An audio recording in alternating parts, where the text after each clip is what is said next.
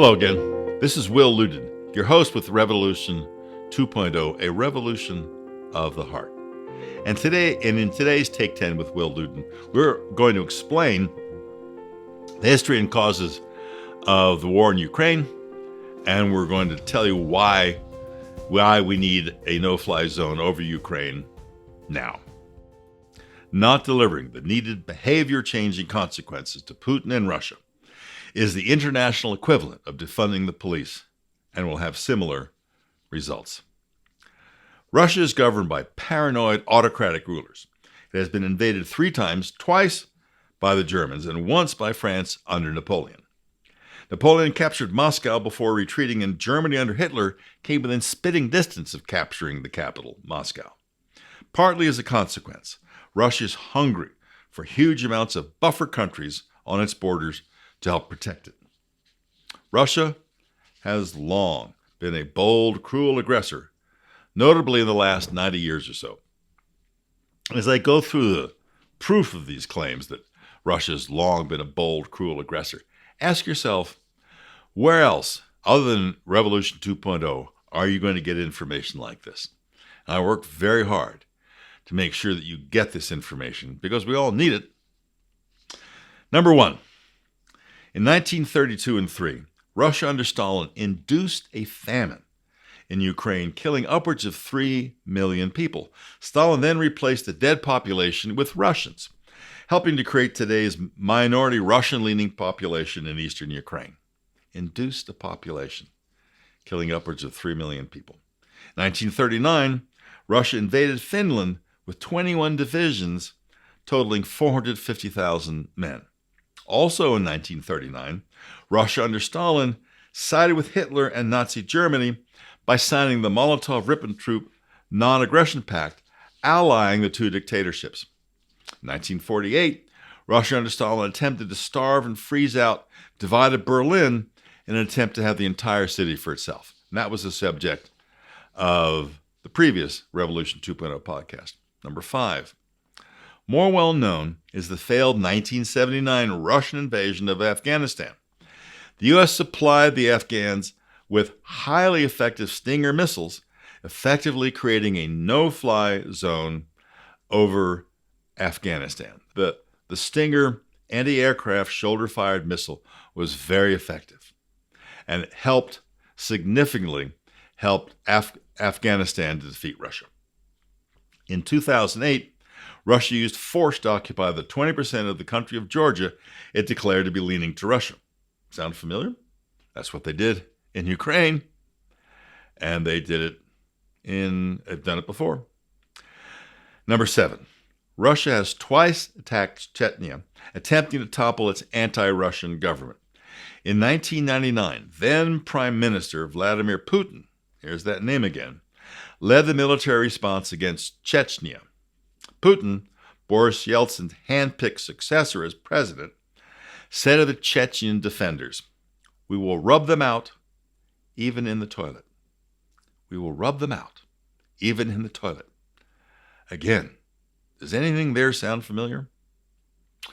In 2014, Russia invaded and annexed Crimea, then a part of Ukraine, and now Ukraine itself. What country is next? Does anyone believe that after almost a century of Russian aggression will end with Ukraine?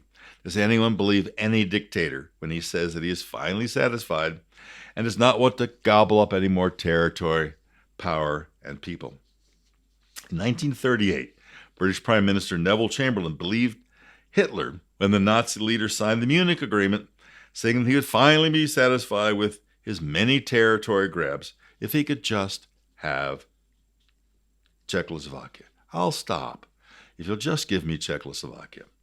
Even as Chamberlain was triumphantly waving the paper signed by Herr Hitler, claiming that we will have peace in our time, Winston Churchill saw through it and responded with, he, Chamberlain, had a choice between war and dishonor, and he chose dishonor. Hitler attacked Poland in 1939, breaking the agreement and starting World War II. Churchill became prime minister the next year. Sanctions might be hurting Russia, but they are not stopping the invasion and the killing. We must do more now to help Ukraine, Eastern Europe, NATO, and ourselves.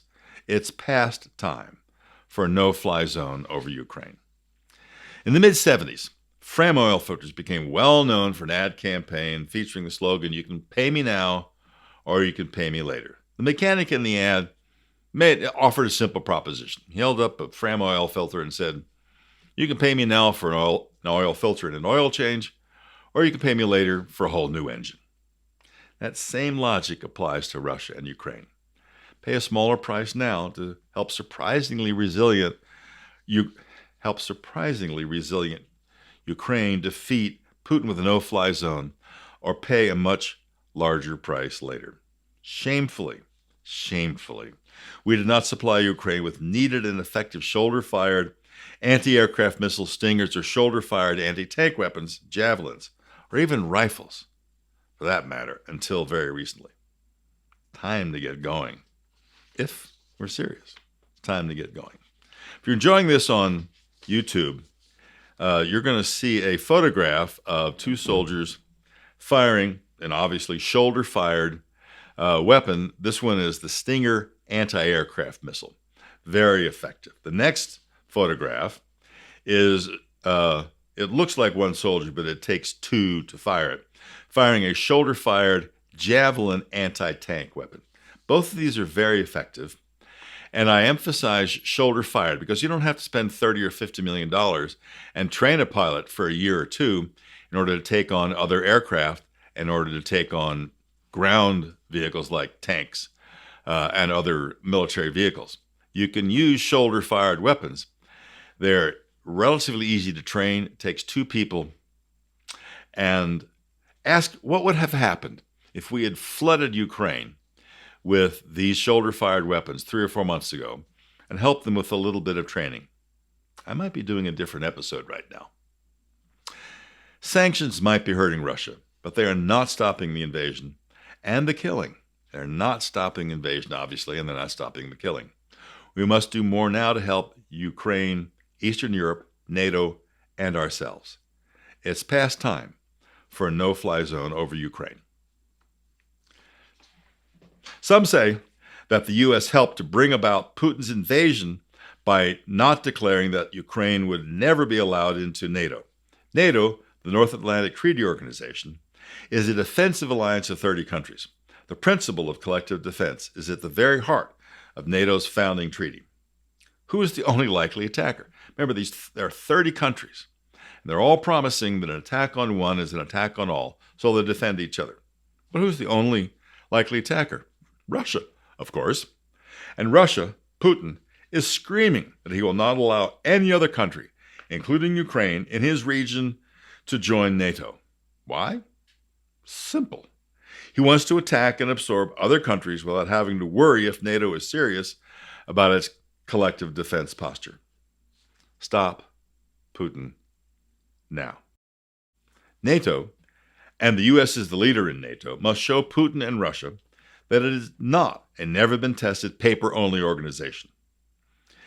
NATO must stand up now by supplying planes and pilots to Ukraine. If that triggers an escalation, better now than when Putin has more time to test, train, and strengthen his military and its strategies and tactics. Hitler would have been far easier to defeat in 1938 than 1939. He used that year to massively strengthen his military, just as Putin will. Remember, we will rub them out, even in the toilet. That's what the man said. We will rub them out even in the toilet. And he's doing it again. It is time for us to choose between conflict on one hand and dishonor and disaster on the other. The West, led by the U.S., should have been acting to counter Russian ambitions for many years. And many of the successful tactics, while effective, would not have involved firing a single shot. Too late for that. Now we need to shoot. Do you remember that wise saying, an ounce of prevention is worth a pound of cure? To paraphrase, an ounce of blood today will save a pound of blood tomorrow. Pay me now or pay me later. We all have the personal responsibility to hold our government accountable and to prompt it to take action when required. Speaking of personal responsibility, this principle does not stand alone. The two main interdependent principles of Revolution 2.0 are, number one, personal responsibility. Take it, teach it, and two, be your brother's keeper. The answer to the biblical question, am I my brother's keeper, is a ringing unequivocal yes. There is no other answer. So where do you stand? On this issue and lots of others. Where do you stand? What are you going to do? Remember, it does not matter where you stand if you're not going to do anything. And you can take effective, immediate action today. Subscribe, encourage others to subscribe. And if you're enjoying this on YouTube, ring that notification bell and give us a like. And wherever you're listening to this, flood the zone with comments and questions. And whatever you do, whatever I do, whatever we do, do it in love. Without love, anything we do is empty. This is Will Luden. Talk to you next time. You've been listening to Revolution 2.0. If you've enjoyed this stimulating, passionate, and relentless reasoning, we encourage you to get out there and do something. Follow Will Luden and learn more at revolution2-0.org.